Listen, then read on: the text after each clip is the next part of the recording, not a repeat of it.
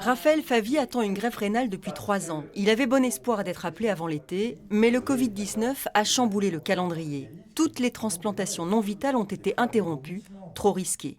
Elles vont recommencer à partir du 11 mai, notamment dans les régions les moins touchées, comme l'ouest de la France.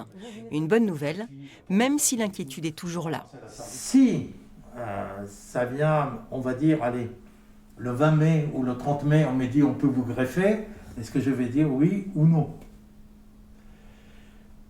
Et sincèrement, je ne sais pas. Vous voyez, je doute, je ne sais pas. Parce que si vous passez votre tour, vous vous en prenez encore pour des mois et des mois et des mois.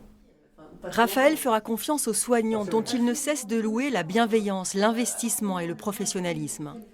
Dans les hôpitaux, les médecins vont réétudier tous les cas pour savoir quels risques encourt chacun de leurs patients.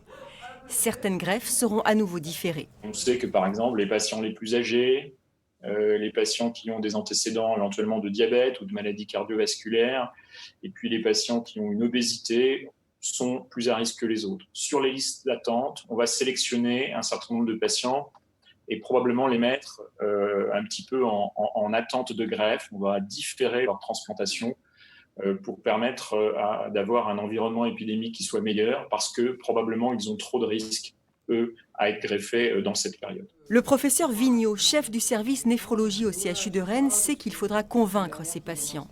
Elle sait aussi qu'il faudra négocier et prendre son tour avec les chirurgiens et les anesthésistes qui seront débordés, car toutes les opérations reportées depuis 2 mois vont être reprogrammées. L'hôpital va être très en tension à la reprise. On va faire une reprise progressive, mais il va falloir prioriser tout ce qu'on n'a pas fait pendant 2 mois.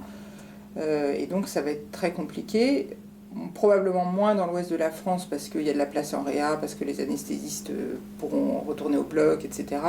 que dans l'est ou à Paris où les gens sont épuisés et les réas sont pleines. Mais de toute façon, ça va être extrêmement compliqué, reprogrammer tout, oui. Raphaël Favier continuera ses dialyses 3 fois par semaine et attendra peut-être encore quelques mois avant d'être greffé. Il restera confiné, le plus éloigné possible du virus, car il redoute un regain de l'épidémie avec le déconfinement et l'arrivée cet été de vacanciers, si les déplacements sont à nouveau autorisés.